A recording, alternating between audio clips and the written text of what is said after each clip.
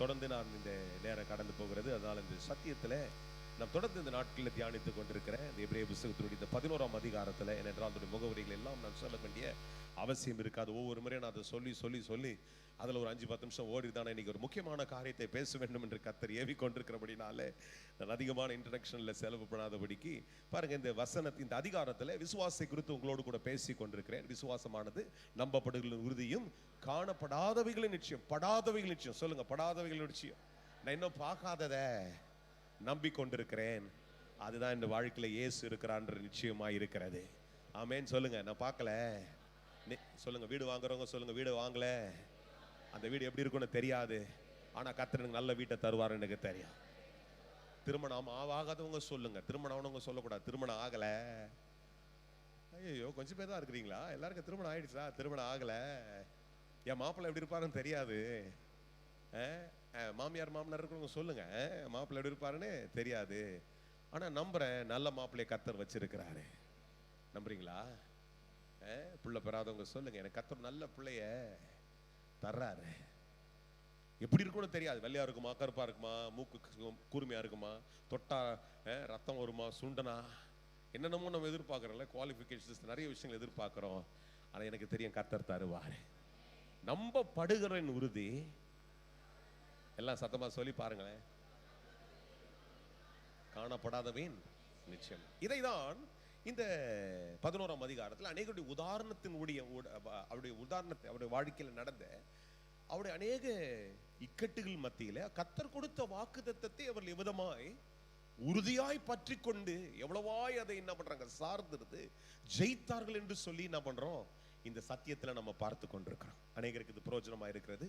நான் அதை விசுவாசிக்கிறேன். எனக்கு ரொம்ப பிரயோஜனமா இருக்குது. போதிக்கிறேன், எனக்கு அது பிரயோஜனமா இருந்தாதான் அதை நான் திரும்ப பேச முடியும். ஏதோ நல்லா இருக்குதுன்னு சயின்ஸ் கிடையாது இது, இல்லை நடக்க போற வேற ஏதோ ஒரு விஞ்ஞானத்தினுடைய காரியம் இல்லை. இது இன்றைக்கும் என் வாழ்க்கையினுடைய ஒவ்வொரு நாளுடைய நடைமுறையில கர்த்தர் செய்கிற காரியமாக இருக்கிறது. அதனால தான் இந்த விசுவாசத்தை குறித்து போதிக்கிறது எனக்கு மிக மிக சந்தோஷமா இருக்கிறது. அல்ல அநேகருடைய வாழ்க்கையினுடைய சரித்திரத்தை பார்த்த பிற்பாடு இப்பொழுது 32ஆம் வசனத்துக்கு நேராக நாம் வாசிக்கலாம். ஏனென்றால் 11ஆம் அதிகாரத்துடைய 32ஆம் வசனத்தை இப்படி வாசிக்கிறோம். பின்னும் நான் என்ன சொல்லுவேன், அவர் சொல்றாரு, பின்னும் நான் என்ன சொல்லுவேன். கிதியோன் பாராக் என்ன சொல்றாரு, அந்த மைக்கு பின்ன என்ன சொல்றாரு, என்ன சொல்லுவேன், பின்ன நான் என்ன பண்ணுவேன், என்ன சொல்லுவேன், என்ன சொல்லுவேன், என்ன சொல்றாரு. எவ்வளவு இருக்குதுப்பா இந்த வேதம் முழுக்க 66 புத்தகங்களை நான் திருப்பி பார்க்கும் பொழுது, இல்ல அதுக்கு முன்பாக எழுதப்பட்ட புதிய ஏற்பாட்டினுடைய 39 புத்தகங்கள் எல்லாத்தையும் நான் திருப்பி பார்க்கும் பொழுது நான் என்னத்தை சொல்லுவேன்.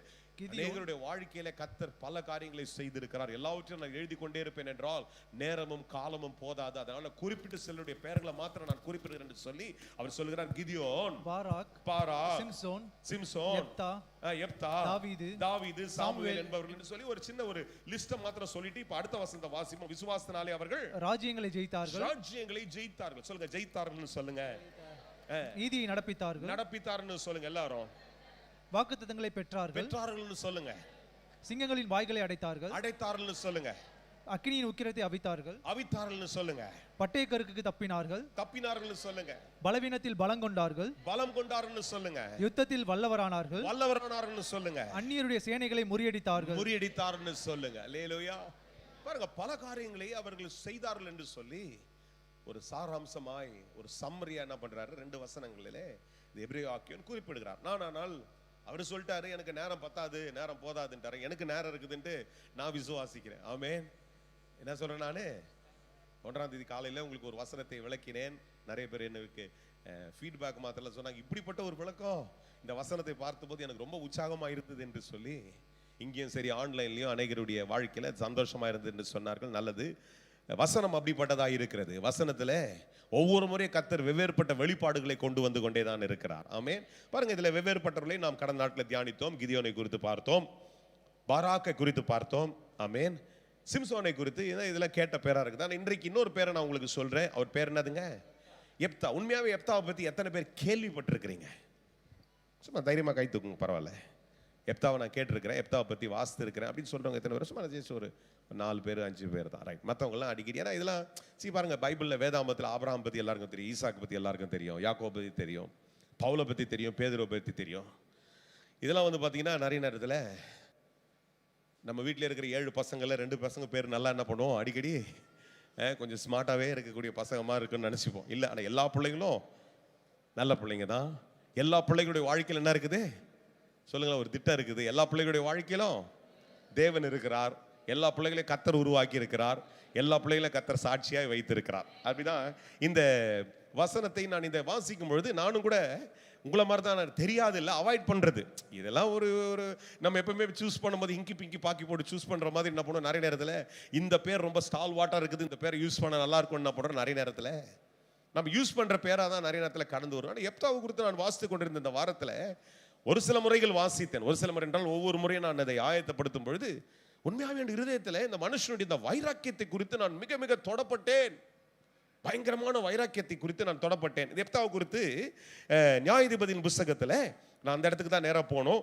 11ஆம் அதிகாரங்களுக்கு நேராக திருப்பிக் கொள்ளுங்கள். உங்களுடைய வேதாகம் வைத்திருப்பீர்கள் என்றால் turn your books to Bibles to the book of Judges chapter 11. Amen. If you are watching us online, you know, please continue to watch this because I've been preaching about the faith in Christ. ஆமென். இந்த நாட்களில் நான் விசுவாசத்தை குறித்து உங்களோடு கூட பேசிக் கொண்டிருக்கிறேன். ஒருவேளை இந்த செய்திகள் எல்லாம் நீங்கள் தொடர்ந்து கேட்கணும் என்றால் எங்களுடைய சேனலில், எங்களுடைய யூடியூப் சேனலில் இந்த செய்திகள் எல்லாம் உங்களுக்கு பதிவாக்கம் செய்யப்பட்டு இருக்கிறது. நீங்கள் அதை வாசித்து அதை நீங்கள் கேட்டு தேவனிடத்தில் பயன் பெற்றுக் கொள்ளுங்கள். இன்றைக்கும் தொடர்ந்து அந்த செய்திகளை நாங்கள் பேசும் பொழுது இன்றைக்கு வேறொரு மனுஷன் எப்தா என்கின்ற ஒரு மனுஷனை குறித்து உங்களோடு கூட பேச கர்த்தர் ஏவி கொண்டிருக்கிறார். இந்த சரித்திரத்தை எல்லா வசனத்தையும் வாசித்து விளக்குறதுக்கு நேரம் சரியாய் போதாது என்று நினைக்கிறேன். ஆனால் உங்களுக்கு எப்பவுமே சொல்ற மாதிரி ஒரு கதையை போல சொல்லி சில முக்கியமான வெளிப்பாடுகளை இந்த இடத்துல கொண்டு வரும்படிக்கு கர்த்தர் ஏவி கொண்டிருக்கிறதை நான் உங்களிடத்தில் சொல்லுகிறேன். பாருங்க, இவரும் ஒரு கீலியாத்தினுடைய ஒரு குமாரனா இருக்கிறார். இந்த கீலியாத் என்பவர் ஒரு மனுஷன். அவருக்கு நிறைய பிள்ளைகள் இருந்தார்கள்.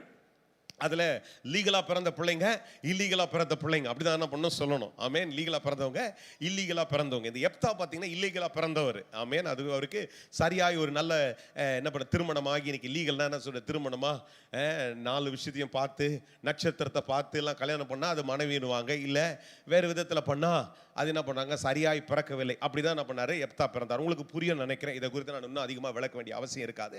அப்படி பிறந்தவர் தான் எப்தா. ஆனால் அந்த மனுஷன் பலத்த பராக்கிரமசாலியாய் இருந்தான் என்று சொல்லுகிறது. ஆமென். இந்த மனுஷன் எப்படி இருந்தாருங்க, பலத்த. ஆனால் பலத்த பராக்கிரமசாலியா இருந்தாலும் இவருடைய வாழ்க்கை எப்படிப்பட்ட வாழ்க்கையா இருந்தது என்றால் a life of dejection. இவருடைய வாழ்க்கை எப்படிப்பட்டது, கைவிடப்பட்ட ஒரு வாழ்க்கையாக இருந்தது. ஏனென்றால் அவனுடைய சொந்த சகோதரர்கள் என்ன சொல்றாங்க, நீ நியாயமா பிறக்கலப்பா, ஆனால் அப்பா கிட்ட உரிமை கொண்டாடுறதுக்கு உனக்கு எதுவும் கிடையாது. அப்பா கிட்ட உரிமை கொண்டாடுறதுக்கு உனக்கு எதுவும் கிடையாது. Life of dejection. அதனால என்ன பண்ணாரு, இவர் அவங்க அண்ணன் தம்பிங்களோட வீட்டில் இருக்க முடியாததுனால அந்த ஊரை விட்டு, தம்பி பிள்ளைங்கள்லாம் கவனிங்க, இது கதை மாதிரி உங்களுக்கு ஏன் சொல்லணும்னா சினத்தை சத்தியத்தை எடுத்து உங்களுக்கு இப்படியே பரிசுத்தம் இது அதுன்னு பேசும்போது புரிய போகக்கூடாதுன்றது தான் கதை வடிவத்திலேயே கொஞ்சம் கொண்டு வந்து எதை முக்கியமாக சொல்லுமோ அதை சொல்லி கொண்டிருக்கும்போது தயவுசெய்து உங்களுடைய அட்டென்ஷன் ஸ்பேன் என்ன பண்ணுங்க, இந்த கதை மேலே வைங்க. கர்த்தர் உங்களோடு பேசுவார். ஆமென். பாருங்க, கைவிடப்பட்ட இந்த மனுஷனுடைய லைஃப் ஆஃப் டிஜெக்ஷன். ஆமென். அவருடைய வார்த்தை பார்த்தீங்கன்னா 2வது வசனத்தில் ஒரு வார்த்தை இருக்கு, துரத்தப்பட்டவன். என்னதுங்க வாழ்க்கை பேரு, அவனுடைய அடையாளம் என்னதுங்க, ஏன்னா அவனுக்கு ஒரு ஐடென்டிட்டி கிடையாது, துரத்தப்பட்டவனாக இருக்கிறான். 2வது வசனத்தில் வாசிக்கிறீங்க, என்னதுங்க, துரத்தினார்கள். கூட இருக்கக்கூடாதுன்னு சொல்லுது. கடைசி வார்த்தை என்ன சொல்லுங்க, துரத்தினார்கள். அப்ப அவன் கூட இருக்கக்கூடாது, வீட்டில் இருக்கக்கூடாது, அப்பா அம்மா கூட இருக்க வேண்டாம். உனக்கு நீ யாரா, நீ எப்படியோ பிறந்துட்ட, விபத்தாய் பிறந்து விட்டாய், நீ எங்க வீட்டில் இருக்கக்கூடாதுன்னு சொல்லி கைவிடப்பட்ட ஒரு சூழ்நிலை. ஆமென். அதனால என்ன பண்றான், இவனுடைய வாழ்க்கை ஒரு இடத்துல நிலவரம் இல்லாததுனால this man was running around. ஆமென். அவன் என்ன பண்றான், ஓடிக்கொண்டே இருக்கிற ஒரு வாழ்க்கையாக இருக்கிறது. அடுத்த வசனங்கள் ஒருவேளை நீங்க வாசிங்கன்னா அதோட சாராம்சம் என்னவென்றால், எப்தா தன்னுடைய வாழ்க்கையில ஓடியே கொண்டிருக்கிறான். ஆமென். ஏன் இந்த வார்த்தையெல்லாம் நான் திரும்ப பயன்படுத்துறேன் என்றால், இன்றைக்கு நம்முடைய வாழ்க்கையில இப்படிப்பட்ட இந்த பதங்கள் நம்முடைய வாழ்க்கையில இன்றைக்கு நம்மை சவாலோடு கூட வைத்துக் கொண்டே இருக்கிறது. எந்த பதம், துரத்தப்படுகிற ஒரு பதம், கைவிடப்படுகிற ஒரு பதம். ஆமென். ஓடிக்கொண்டே இருக்கிற ஒரு வாழ்க்கை. ஆமென். இன்னைக்கு எல்லாமே இருந்தாலும் நான் ஓடிட்டே இருக்கிறேன் பாஸ்டர், பிரதர், நான் என்ன பண்றேன், என் வாழ்க்கையில நிலவரல்லாமல் ஓடிக்கொண்டிருக்கிறேன். அப்படிப்பட்ட ஒரு மனுஷனாய் தான் எப்தாவுடைய துவக்கம் இருக்கிறது. ஆனால் இந்த மனுஷன் குறித்து கர்த்தர் ஒரு திட்டத்தை வைத்திருக்கிறார். இந்த மனுஷனை குறித்து ஒரு பரஸ்திரி அப்படின்னு போட்டிருக்குது. அப்படின்றால் ஒரு சம்பந்தம் இல்லாத ஒரு தாய்க்கு பிறந்தான் அப்படிதான் போட்ட ஒரு அடையாளம். இங்கிலீஷ்ல பார்த்தீங்கன்னா he was born to a prostitute அப்படின்னு போட்டுக்குது நிறைய மொழியாக்கங்களே. சரி, அதை குறித்து அதிகமாக உங்களோடு கூட நான் விளக்க வேண்டிய அவசியம் இருக்காது. நீங்கள் புரிந்து கொள்ளுங்க. அப்போ எப்படி இருக்கும் அவனுடைய ஃபீலிங்னா, எனக்குன்னு ஒரு ஐடென்டிட்டியே கிடையாது. என்ன கிடையாது, ஆமா, எனக்குன்னு ஒரு அடையாளமே கிடையாது. நான் இன்னைக்கு எல்லாருக்கும் ஒரு ஆதார் கார்டு வாங்கினா அப்பா பேர் வேணும் இல்லையா? இன்னைக்கு ஒரு சில காரியங்களுக்கு வேணா ஆமா, அதுக்கு ஒரு அடையாளத்துக்கு வேணும். அப்படிப்பட்ட ஒரு வாழ்க்கையில் இருந்த மனுஷனுடைய வாழ்க்கை ஓட்டமாகவே இருந்து கொண்டிருக்கிறது. ஆமென். ஓட்டமாய் ஓடிக்கொண்டிருந்த மனுஷனிடத்துல கர்த்தர் என்ன பண்றாரு? அவன் பேர்ல ஒரு திட்டத்தை வைத்திருக்கிறார். இன்றைக்கு கைவிடப்பட்ட மனுஷனை கர்த்தர் நேசிக்கிறார். ஓடிக்கொண்டே இருக்கிற அலைச்சல்ல ஓடிக்கொண்டிருக்கிற மனுஷனை யார் நேசிக்கிறா? கர்த்தர் நேசிக்கிறார். உறவுகள் நேசிக்காது. வெவ்வேறுபட்டவர் இந்த இடத்துல வந்திருக்கலாம், பல சூழ்நிலையோடு வந்திருப்பீங்க. உங்களை பார்த்து நான் வார்த்தையை திருக்கசனமா என்ன சொல்றேன்னா, உங்களுடைய வாழ்க்கையுடைய ஓட்டங்களுக்கு ஒரு பதில் இயேசுவாய் இருக்கிறார். இயேசு உங்களை நேசிக்கிறார். இயேசு உங்க வாழ்க்கையில திட்டம் வச்சிருக்கிறதுனால தான் இன்னைக்கு உங்களுடைய வாழ்க்கையுடைய சூழ்நிலையோ உங்களை சவால் பண்ணி கொண்டிருக்கிற காரியங்களோ அது உங்களை ஒன்றும் செய்யாது. ஏனென்றால் இயேசு உங்களை நேசிக்கிறார். இயேசு அந்த திட்டத்தை வைத்திருக்கிறார். அப்ப என்னுடைய வாழ்க்கையுடைய துவக்கம் இருக்கிறது என்றால் அவன் ஒரு பலாக்கிரமசாலி. ஆனால் வாழ்க்கையுடைய நிஜம் என்னவென்றால் ஓட்டம், துரத்தப்பட்ட சூழ்நிலை, நிலவரற்ற தன்மை. He was disowned by his own people. He was dejected. He had disregard. He was disowned by his own parents. அப்படிப்பட்ட ஒரு வாழ்க்கையில but I see something very astonishing. Amen. இப்படிப்பட்ட ஒரு மனுஷனுடைய வாழ்க்கையில கர்த்தர் திட்டம் வைத்திருக்கும் போது அந்த திட்டத்தை ஆர்கெஸ்ட்ரேட் பண்றதுக்கு, அதை ஒருங்கிணைக்கிறதுக்கு கர்த்தர் வெவ்வேறுபட்ட விதங்களை வைத்திருக்கிறார். எனக்கு ரொம்ப ஆச்சரியமா இருக்குது. இவனை அவன் சொந்தங்களோடு சேர்க்கிறதுக்கு, இவனை அவனுடைய திட்டத்தில் கொண்டு வந்து நிலைநிறுத்துறதுக்கு இவர்களுக்கு விரோதமாக எழும்பி கொண்டிருக்கிற ஒரு கூட்டத்தை என்ன பண்றார் கர்த்தர்? அவர்கள் யாரெல்லாம் ஒரு பட்சமா நிக்கிறாங்களோ அவர்களோடு கூட போராடும்படிக்கு கர்த்தர் செய்கிறார். யாரையும் கூட இருக்கிறீங்க? உன்னை ஒருவேளை எல்லாரும் கைவிடப்பட்டு துரத்தினா அவங்களுக்கு விரோதமா போராடுறதுக்கு கர்த்தர் யாருன்னா ஒருத்தர் எழுப்புவாரு. நான் பேசுறது உங்களுக்கு புரியுதா? உங்களுக்கு ஒரு நீங்க என்ன பண்றீங்க? ஐயோ தனியா நிக்கிறேன்னு இவங்க எல்லாம் கூட்டமா நிக்கிறாங்க. அந்த கூட்டத்தை மோதுறதுக்கு கர்த்தர் வேற ஒரு கூட்டத்தை எழுப்பி அனுப்புவாரு. யாரையும் கூட வந்து சொல்லுவீங்க? அப்படிதான் கர்த்தர் செய்வார். நீ பயப்படாதே. கர்த்தரும் பட்சத்தில் இருந்தால், கர்த்தரும் பட்சத்தில் இருந்தார்னா நீ பயப்பட வேண்டிய அவசியமே இல்லை.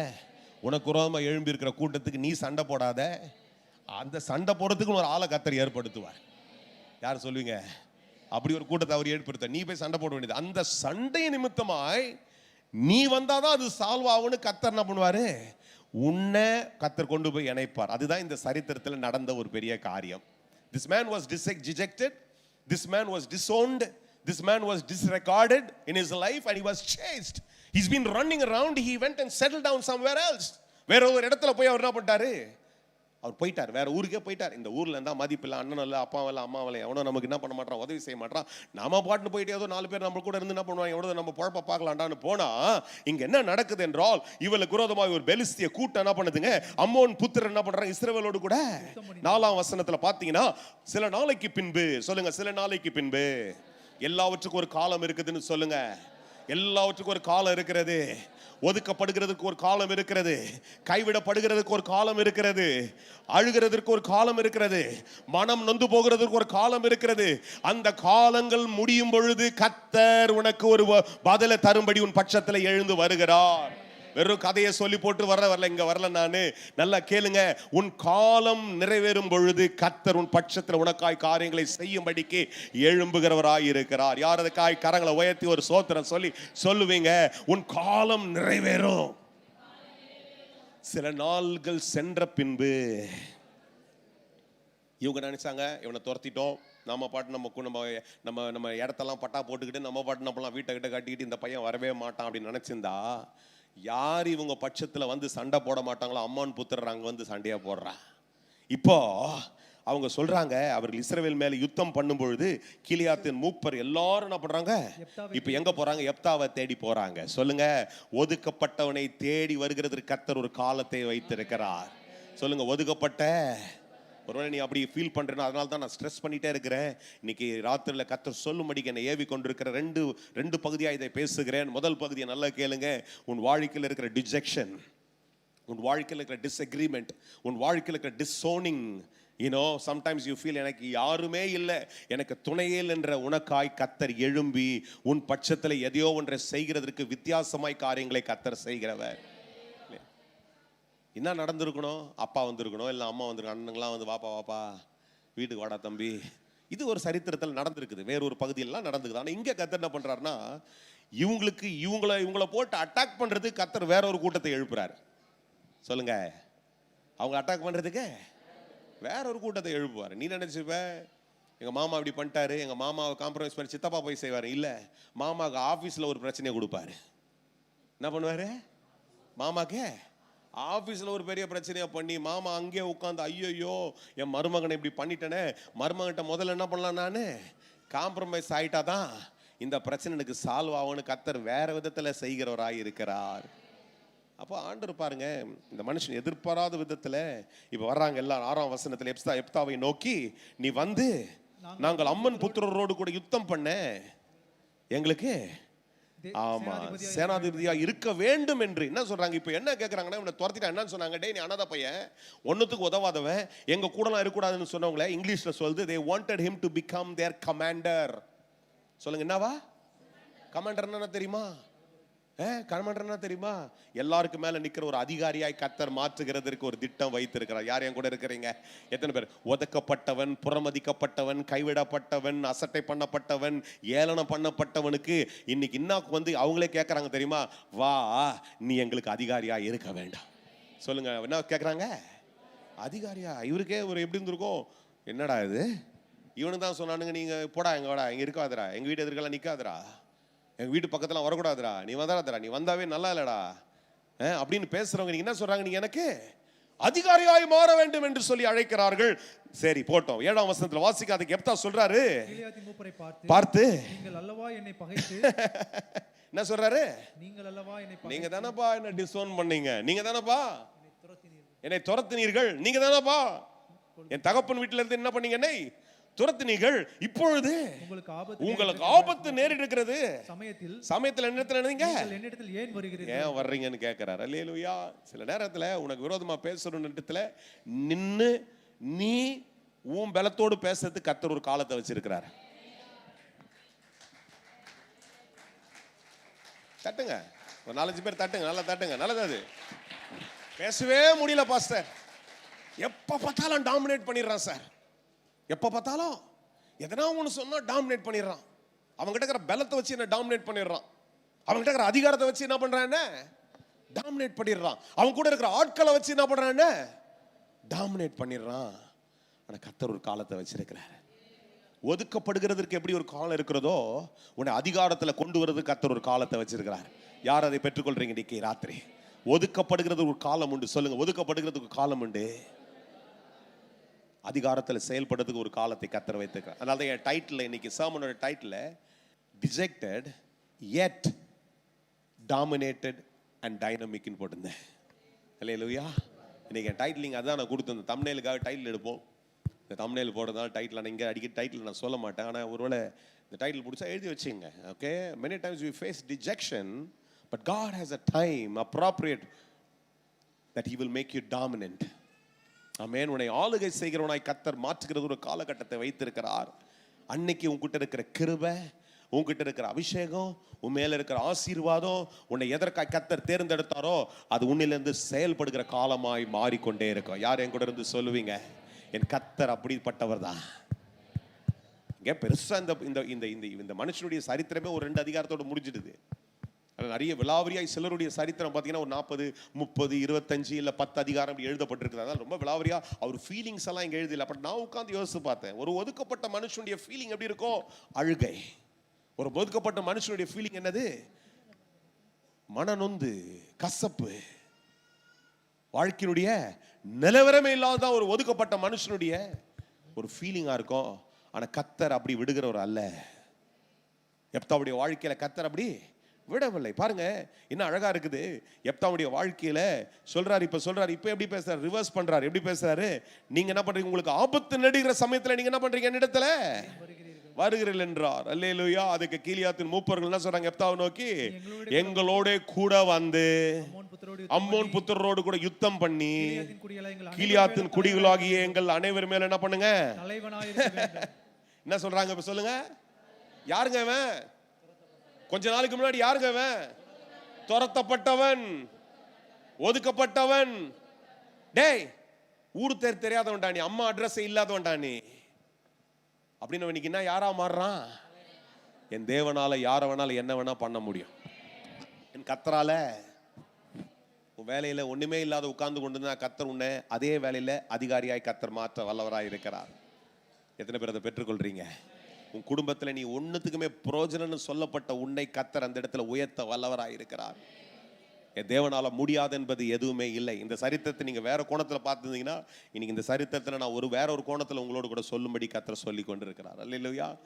நிறைய பேர் இங்க ஒரு 5-6 பேர் தான் எப்தான்ற பேரே கேட்டேன் பைபிள்ல. நீங்க நல்லது, சந்தோஷம். அதனால புது பேர் உங்களுக்கு இன்ட்ரடியூஸ் பண்றேன்.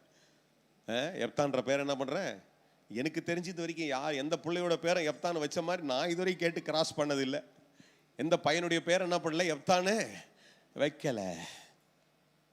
எப்தான்றது ஒரு நல்ல பேர் போல எனக்கு ரொம்ப அழகாப்படுது, பராக்கிரமசாலின்னு படுது. அல்லேலூயா. எப்தான்ற பேர் என்னதுங்க, பராக்கிரமசாலி. தேவன் உயர்த்துகிற மனுஷன். எப்தான்ற மனுஷன் யாருங்க, ஒதுக்கப்பட்டவன் அல்ல, கைவிடப்பட்டவன் அல்ல, தேவன் உயர்த்துகிற மனுஷனா இருக்கிறான். சரி, இந்த காரியங்கள் இப்படியே போகுது. ரைட்டா? இப்போ முக்கியமான அடுத்த ஒரு பகுதி ஒரு 10 நிமிஷத்துல பேசிடுறேன். ஏன்னா எனக்கு ஒரு சப்ஜெக்ட் எடுத்தால் அந்த சப்ஜெக்ட் அன்றைக்கே முடிச்சா ஈஸியாக இருக்கும். இல்லைன்றா அதை கண்டினியூ பண்ணுறதுக்கு அப்புறம் அந்த கண்டினியூஷன் விட்டுரும். ஏன்னா பேசுகிற அந்த கண்டினியூஷன் அதெல்லாம் கொஞ்சம் ஒத்துக்குங்க. பாருங்க, இப்படிப்பட்ட ஒரு மனுஷனுடைய வாழ்க்கையில எது நிலவரமாய் பில்ட் ஆகி கொண்டிருக்குதுன்னா கர்த்தரும் கர்த்தருடைய வல்லமை அந்த மனுஷனுக்குள்ள பெருகி கொண்டே இருக்கிறது. அல்லேலூயா. பாருங்க, நம்ம வாழ்க்கையில காரியங்கள் நடக்கிறது பெருசு இல்ல, கர்த்தரும் கர்த்தருடைய அபிஷேகம் நம்முடைய வாழ்க்கையில பெருகி கொண்டே இருக்க வேண்டாம். யார் என் கூட இருக்கிறீங்க? ஒரு காரியம் நிலவரமா நம்ம வாழ்க்கையில இருக்குன்னா தேவனும் தேவனுடைய அபிஷேகம் நம்முடைய வாழ்க்கையில என்ன பண்ணோம், பெருகி கொண்டே இருக்க வேண்டும். எத்தனை பேர் அதுக்கு வாஞ்சிக்கிறீங்க?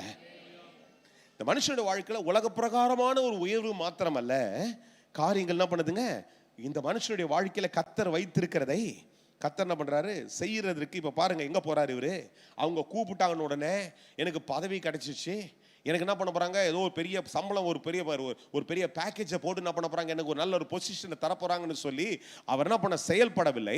இப்ப அடுத்த வசனத்தை வாசிக்கிறேன், 10ஆம் வசனத்தை வாசிங்க. கிலியாத் மூப்பர் எப்தாவை பார்த்து, நாங்கள் உன் வார்த்தையின்படியே செய்யாவிட்டால், நாங்கள் உன் வார்த்தை, இப்ப என்ன சொல்றாங்க, முதல்ல என்ன சொன்னாங்க, உன்னை உயர்த்திடுறேன், நீ எங்க கமாண்டரா மாறிடுன்னு சொல்லிட்டு இப்ப என்ன சொல்றாங்க, உனக்கு கீழ்ப்படிஞ்சிருப்போம், உனக்கு அடங்கியிருப்போம், நீ என்ன கிடையாது, நீ டிஸ்கிரேஸ்டு கிடையாது, நீ டிஸ்ஓன்டு கிடையாது, நீ கைவிடப்பட்டவன் அல்ல, உன்னை நாங்கள் தலைவனாய் பார்க்கிறோம், எங்களை நடத்துகிறவனாய் பார்க்கிறோம் என்று சொன்ன பண்ணாங்க. இப்போ எப்தாவிடத்துல பேசுற இவர்கள் அதை கேட்ட உடனே இவர் என்ன பண்ணல, பெருசா கன்வின்ஸ் எல்லாம் ஆயிடல.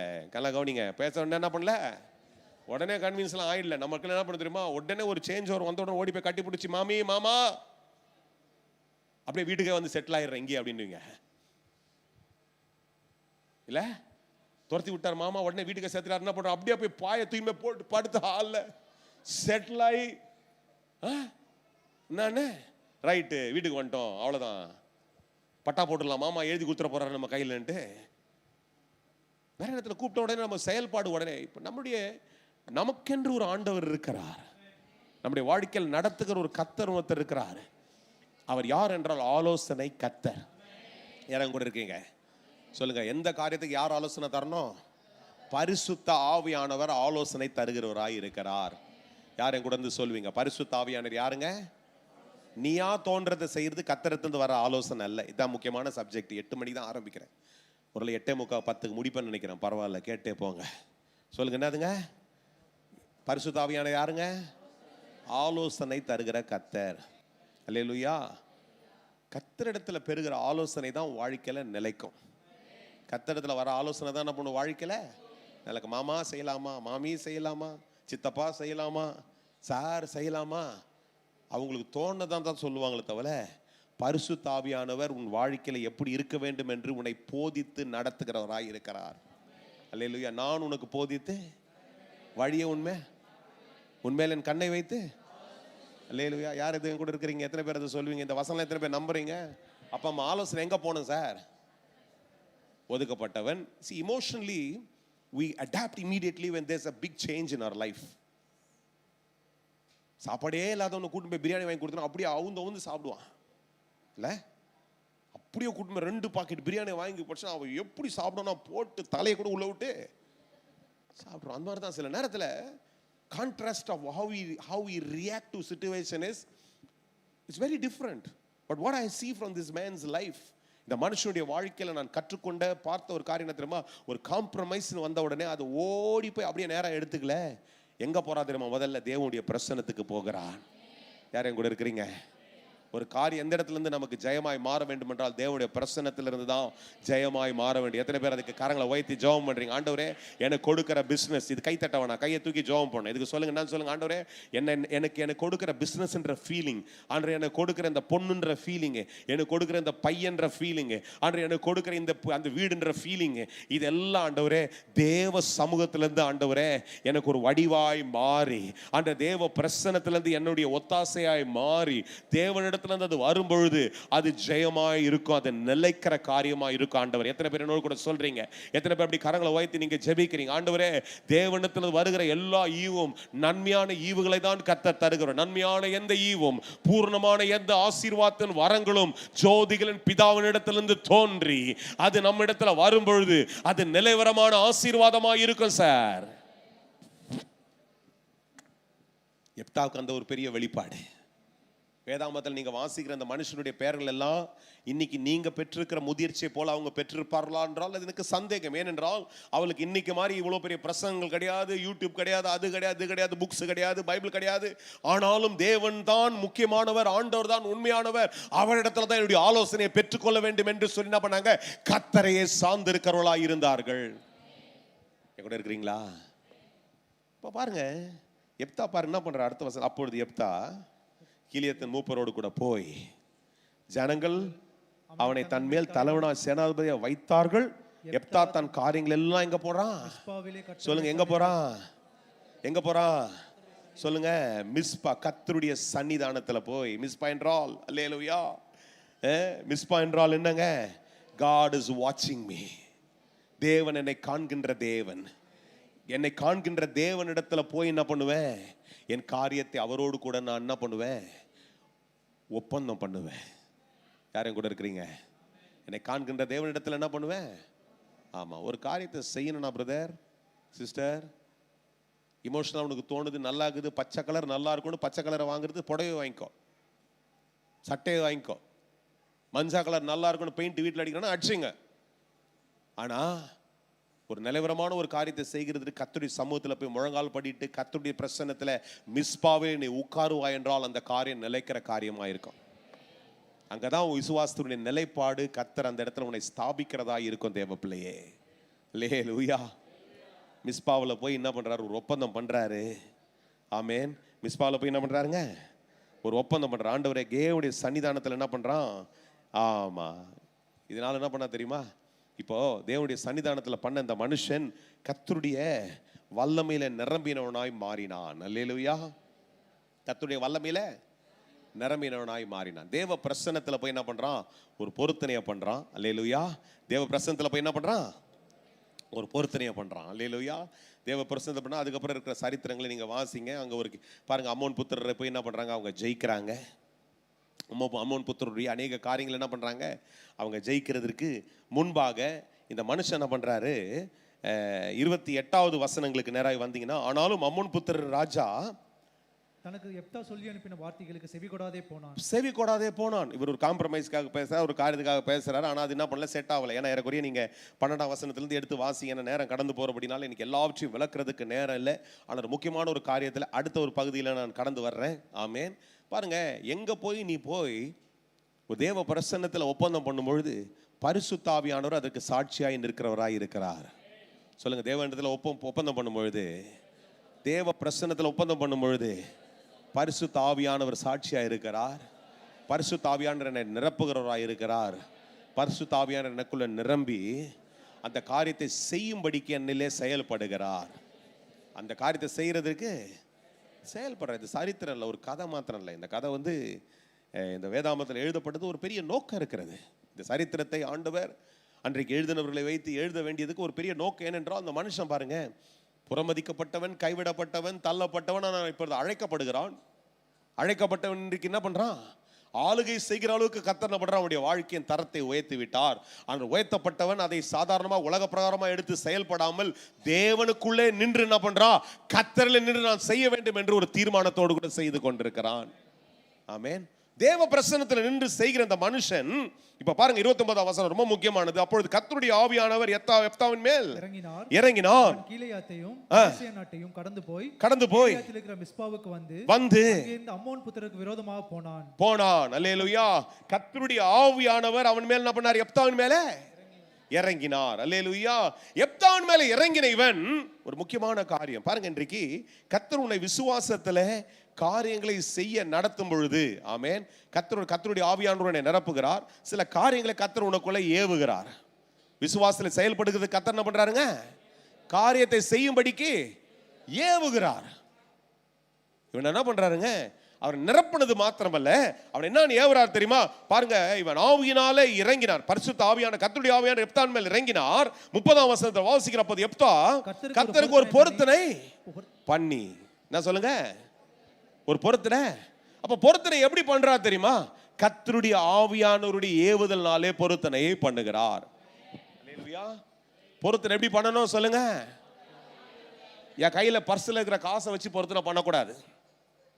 என்னுடைய உணர்வுகளை வச்சு என்ன பண்ணக்கூடாது? ஒரு பொருத்தனைய பண்ணக்கூடாது. எப்படி பண்ணணும் பொருத்தனைய? கர்த்தருடைய ஆவியானுடைய ஏவுதலோடு கூட ஒரு பொருத்தனையை செய்ய வேண்டும். அது ஊழியத்தை செய்யறதா இருந்தாலும் சரி, இல்ல ஒரு வீட்டையே போய் வாங்கணும்னு சொல்லிட்டு ஒரு காரியத்தை பெருசா எழும்பி செய்யணும்னா கூட என்ன பண்ணோம்? கர்த்தருடைய ஆவியானவருடைய ஏவுதல்னால அந்த பொருத்தனையை நாம செய்ய வேண்டும். அல்லேலூயா. சரித்திரத்தினுடைய இந்த பகுதி, அடுத்த பகுதி வாசிக்கிறா, உலக மனுஷர்களுக்கு அது ஒரு பெரிய பரிதாபம். ஆனால் விசுவாசத்தினுடைய கண்ணோக்கத்தோடு கூட அந்த காரியத்தை உங்களோடு கூட நான் விளக்க விரும்புகிறேன். ஒரு பொருத்தனை பண்ணிடுறாரு. கதையை கேட்குற மாதிரி கேட்டு முடிச்சிருங்க. அடுத்த பகுதியை பொருத்தனை பண்ணிட்டார். என்ன சொல்றாரு தெரியுமா? ஆண்டவரே, நீர் என்னோடு கூட இருக்கிறீர், என்னை அபிஷேகித்து இருக்கிறீர், என்னை ஒன்றும் இல்லாதவனை இன்னைக்கு என்ன பண்ற கூட்டு வந்து ஒரு தலைவனாய் மாற்றி இருக்கிறீர். இன்றைக்கு நான் யுத்தத்துக்கு போறேன், இந்த யுத்தத்தை நான் ஜெயிக்கணும். ஆனா ஒரு பொருத்தனை பண்றேன். ஆண்டவரே, என்ன பொருத்தனை தெரியுமா? ஆண்டவரே, நான் இந்த யுத்தத்தை ஜெயிச்சுட்டு நான் வீட்டுக்கு வருவேன். என் கண்ணுக்கு முன்னாடி என்ன வருதோ அதை உமக்கு பலி செலுத்துறேன். என்ன சொல்லிட்டாரு? என் கண்ணுக்கு முன்னாடி ஒரு அவரு என்ன நினைச்சிருப்பாரு? நம்ம வீட்டுக்கு போகும்போது என்ன வரும்? நிறைய வீட்டில் பப்பி டாக் வளர்ப்பாங்க. பப்பி டாக் கூட இருந்திருக்கும். இல்லைன்னா வீட்டில் என்ன பண்ணும்? இது வரும், அது வரும். ஆனால் பாருங்க, அவர் எதிர்பார்க்காதது.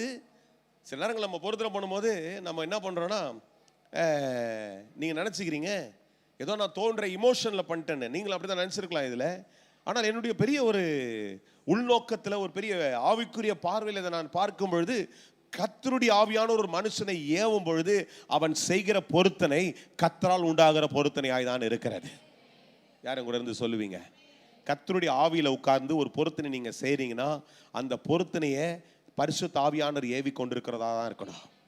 நீங்களா தோணி செய்யறத அது நீங்களா செஞ்ச காரியம். ஆனா பரிசுத்த ஆவியானவர் ஏவிவனை செய்ய வைத்த காரியத்துல இந்த கதையில என்ன வருது? இந்த சரித்திரத்தில் என்ன வருதுன்னா, வீட்டுக்கு வர்றாரு. எதை எதிர்பார்க்கலையோ, தான் நேசித்த ஒரே மகள், அந்த காலகட்டத்தில் ஒரே பிள்ளை வச்சிருந்தவங்க இருக்கிறாங்கன்னு நினைக்கிறேன். ஒரே பிள்ளை, தான் நேசிச்ச ஒரே பிள்ளை வீட்டில் என்ன பண்ணுது? அப்பா வர்றாருன்னு சொல்லிட்டு எதிர்கொண்டு ஓடி வருது. ஏன்னா அப்பா யுத்தத்தில் போயிட்டு ஜெயிச்சுட்டு வர்றாரு. அப்பாவை கிரீட் பண்ணும், அப்பாவுக்கு என்ன பண்ணணும்? ஹக் பண்ணணும், அப்பாவை பார்த்து வாழ்த்தணும், ஓடி வருது. இந்த ஆள் தலையை பிடிச்சிக்கிட்டு சொல்றாரு, நான் இதை எதிர்பார்க்கவே இல்லையே, ஆனா எதிர்பாராது நடக்குது. ஆனால் முக்கியமான ஒரு விஷயத்தை வாசித்து நான் முடிக்கிறேன். 34ஆம் வசனத்துல ஒரு முக்கியமானது. அவனுக்கு ஒரே பிள்ளையானவள், அவளை எல்லாம் அவனுக்கு குமாரனும் இல்லை, குமாரத்தியும் இல்லை. கடைசி பகுதியில வாசிக்கிறேன் 35வது வசனத்துல, அவன் அவளை கண்டவுடனே தன் வஸ்திரங்களை கிழித்து கொண்டு, ஐயோ என் மகளே, என்னை மிகவும் மனமடியும் கலங்க பண்ணுகிறாய். ஆனா சொல்லிட்டு சொல்றான் பாருங்க, அதான் முக்கியமான வார்த்தை. நான் கர்த்தரை நோக்கி என் வாயை திறந்து சொல்லிவிட்டேன், அதை நான் மாற்றக்கூடாது என்றான். எத்தனை பேர் இங்க இருக்கிறீங்க? இப்பதான் முக்கியமான ஒரு சப்ஜெக்ட் சொல்ல போறேன். கர்த்தரிடத்துல பண்ண பொருத்தனைய, ஆவியானவர் ஏவி பண்ண பொருத்தனைய விசுவாசத்துல காத்து அதை நிறைவேற்றுறது கர்த்தர் உன்னிடத்துல எதிர்பார்க்கிறார். அதனால்தான் இந்த சப்ஜெக்ட் 11 அதிகாரத்துல கர்த்தர் ஏத்துறாரு. இவர் பொருத்தனை பண்ணிடுற, ஆண்டவரே அடுத்த வர்ற காசை கொண்டு போய் பில்டிங்காக கொடுத்துருவேன். இந்த லைன்லயே போலாம், இன்னும் வேற லைன்ல வேணாம், இந்த லைன்லயே போலாம். அடுத்து ஆண்டவரே எனக்கு இந்த காசு சாங்ஷன் ஆகி வந்துச்சுன்னா எனக்கு வர்ற இன்கிரிமெண்ட்டை என்ன பண்ணுவேன்? 10 ஸ்கொயர் ஃபீட்டுக்கு இல்ல 5 ஸ்கொயர் ஃபீட் என்ன பண்ண போறேன், தர போறேன். நானும் வந்த உடனே நீ நினைச்சுக்கிட்ட வராதுன்னு நினைச்சு என்ன பண்ணிட்ட நீ சொல்லுங்க, வராது நினைச்சு சொல்லிட்ட. ஆனா அது வருது. சொல்லுங்க, அது வந்துடுச்சு. வந்த உடனே இன்னொன்னு காத்து நிக்குது. என்ன காத்து நிக்குது? அடைக்க வேண்டிய ஒரு கடன் காத்து இருக்கிறது, வாங்க வேண்டிய ஒரு பொருள் காத்து இருக்கிறது. இப்பதான் விசுவாச சோதனை நமக்குள்ள வருது. இப்பதான் வருதுங்க. கரெக்டா வந்துட்டீங்க பாஸ்டர், சப்ஜெக்ட்ன்ற மாதிரி பார்க்காதீங்க. அதுக்கு தான் கர்த்தர் இந்த வசனத்தை இங்க இந்த நாள்ல பேச வைக்கிறாரு போகுது.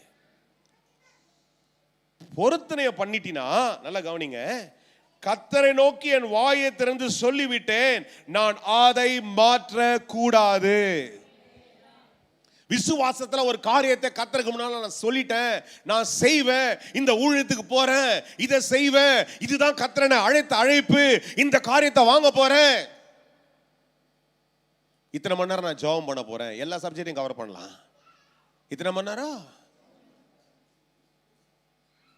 இத்தனை அதிகாரம் படிக்க போறேன், இனிமேல்ட்டு கெட்ட வார்த்தையே பேச மாட்டேன், இனிமேல்ட்டு எங்க மாமியார் என்ன சொன்னாலும் வாயை மூடிட்டு, என் மருமக என்ன பேசினாலும் எல்லாத்தையும் கவர் பண்ணிடலாம், எல்லாத்தையும் கவர் பண்ணிடலாம். டெய்லி பைபிள்ல படிச்சுட்டு புக் எடுத்து படிப்பேன். ஒரு மனுஷன் வாயை திறந்து சொல்லிவிட்டேன். சொல்லுங்க, வாயை திறந்து. அம்மாக்கும் பொண்ணுக்கெல்லாம் டிஸ்கஷன்லாம் போயிடுது. முடிச்ச பேர் பார்த்துக்கலாம், முடிச்ச பேர் பார்த்து நடுவில் வர 2-4 பேருக்கு வர நீங்கள் என்ன பண்ணி அவங்க கவனிக்கிறதுக்கு இடம் கொடுக்காதீங்க. நீங்கள் என்ன பண்ணுங்க, வீட்டில் பேசுங்க. அப்புறம் இப்போ முக்கியமாக சப்ஜெக்டை கவனிங்க. என்ன சொல்லுங்க, வாயை திறந்து சொல்லுங்க. வாயை திறந்து சொல்லிட்டீங்கன்னா அது விசுவாசத்தில் சொல்லியிருந்தேன்னா விசுவாசத்தில் செய்து முடிக்கணும். விசுவாசம் சொல்லியிருந்தா சொல்லுங்க. விசுவாசத்தில் ஒரு வார்த்தையை அறிக்கிட்டு இருந்தீங்கன்னா that confession is important. நீ அறிக்கிட்டது முக்கியமானது. சொல்லுங்க, அறிக்கிட்டது. கர்த்தர் இந்த வியாதியிலிருந்து என்னை சுகப்படுத்தி விட்டார் அப்படின்னு சொல்லிட்டு திரும்ப வயிற்று வலிக்கும் போது என்ன சொல்லணும்? சொல்லுங்க, சுகப்படுத்தி விட்டார்னு தான் சொல்றோம். என்ன சொல்லணும்? சுகப்படுத்தி விட்டார். இன்னும் பயங்கரம் வலிக்கும், பொருள்வே என்னன்னு சொல்லணும்? சுகப்படுத்தி விட்டார். வயிற்ற பிடிச்சிட்டு அப்படியே ஓடி இங்கே எங்கேயோ முட்டிப்ப தலையை, அப்போ என்ன சொல்லணும்? சொல்லுங்க, சுகப்படுத்தி விட்டார். அதுதான் கர்த்தர் எதிர்பார்க்கிறார். வெவ்வேறுபட்ட விதத்தில் கர்த்தர் டெஸ்ட் வைக்கிறாரு. சிம்சோனுக்கு வேற மாதிரி டெஸ்ட், கிதியோனுக்கு வேற மாதிரி டெஸ்டாரு, ஆனா யெப்தாக்கு வேற மாதிரி இருக்குது. தேவ பிள்ளைகளே, இந்த காலில் இந்த ராத்திரியில் உங்களோடு கூட கர்த்தர் சொல்றது இதாங்க பாருங்க. வாயை திறந்து சொல்லிவிட்டேன், நான் மாற்றக்கூடாது. வாயை திறந்து ஒரு காரியத்தை கர்த்தருக்காக செய்வேன்னு சொல்லியிருந்தா மாத்தாத.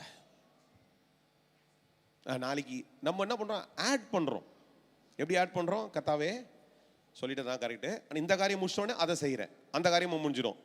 ஆனால் இந்த காரியத்தில் இந்த காரியம் நடக்கும். இப்போ பொண்ணு கல்யாணம் பண்ணிட்டேன், பொண்ணுக்கு குழந்தை பிறந்த உடனே என்ன பண்ணுவேன்? அந்த குழந்தைய பார்த்துட்டு ஊழியத்துக்கு வந்துடுறேன். ஐயோ, யாருன்னா சொல்லிட்டுன்னா உங்களை அட்டாக் பண்ணுறேன்னு நினச்சிக்காதீங்க. ஏன்னா ரொம்ப ஒரு கையளவு ஆட்கள் 1000 பேருட்டானா அடிச்சு போயிட்டு போயின்னு வந்துடும். நான் என்னதான் போட்டார் பாஸ்டர், அன்னைக்கு கூட அப்படியே ஜோக் வச்சது இந்த அம்மா தப்பா எடுத்து எல்லாம் தப்பா எடுத்துக்கிறீங்க எல்லாரும். நான் வந்து ஜோக்கில் சொல்கிறேன். எதை சொல்கிறேன்? சில விஷயங்களை அதை வந்து கரெக்டாக ரூட் போட்டு ஒரு ஜோக்கில் எடுத்துன்னு வரும்போது நீங்கள் என்ன பிடிக்கணும்? கரெக்டாக சப்ஜெக்டை பிடிங்க, மேட்டரை தூக்கி போடுங்க. அதெல்லாம் இதெல்லாம் சக்கையை தூக்கி போட்டு சப்ஜெக்ட் எடுங்க. எந்த சப்ஜெக்ட் தெரியுமா? விசுவாசத்தில். சொல்லுங்க, விசுவாசத்தில் ஒரு வார்த்தையை அறிக்கைட்டா கர்த்தர் நல்லவர்னு சொன்னால் நல்லவர் தான் சொல்லிட்டே இருக்கணும். சொல்லுங்க, கர்த்தர் நல்லவர்னு சொன்னால் நல்லவர் தான் சொல்லணும். செய்ய மாட்டாரு, ஏன் என் வாழ்க்கையில் இப்படி நடக்கல, ஐயோ என் வாழ்க்கை இப்படி சொல்லாத. எதை சொல்லு? கர்த்தர் நல்லவர், கர்த்தர் தருவார், கர்த்தர் செய்வார், கர்த்தருக்கு ஊழியம் செய்வேன், கர்த்தரை மகிமைப்படுத்துவேன், இயேசுவை குறித்து ஒரு இடத்துல சொல்லுவேன் அப்படின்னு பொருத்தனை பண்ணிட்டினா, வாயை திறந்து சொல்லிட்டா என்ன பண்ணக்கூடாது? மாற்றக்கூடாது. சொல்லுங்க, வாயத்தை பக்கத்தில் சொல்லுங்க. இப்போ வாயை திறந்து சொல்லிட்டா மாத்திராதீங்க. வாயை திறந்து சொன்னா பாருங்க, கர்த்தரை நோக்கி என் வாயை திறந்து என்ன பண்ணிட்டேன்? சொல்லிவிட்டேன். அதை நான் என்ன பண்ண மாட்டேன்? மாற்றக்கூடாது. இதில் ரொம்ப அதுக்கு சரித்திரத்தினுடைய அடுத்த பகுதியை நீங்கள் வீட்டில் வாசிங்க, நேரம் இருந்தால் நீங்கள் போய் நல்லா வாசிங்க. நியாயாதிபதி 11ஆம் அதிகாரத்தில் கர்த்தர் உங்கூட்டி நான் தொடர்ந்து பேசுவார். அவங்க மக என்ன சொல்கிறா தெரியுமா? ரொம்ப அழகா அவங்க மக என்ன தெரியுமா சொல்கிறா? பா நீங்கள் எதுக்காக ஒரு பாருங்க, ரொம்ப அழகா இருக்குது அந்த 12:36. அப்பொழுது அவள், என் தகப்பனே நீ கர்த்தரை நோக்கி உம்முடைய வாயை திறந்து சொல்லுங்க. மகன் என்ன சொல்றா? கர்த்தரை நோக்கி வாயை திறந்து என்ன பண்ணிட்டீங்க? பேசினீர் அல்லவோ.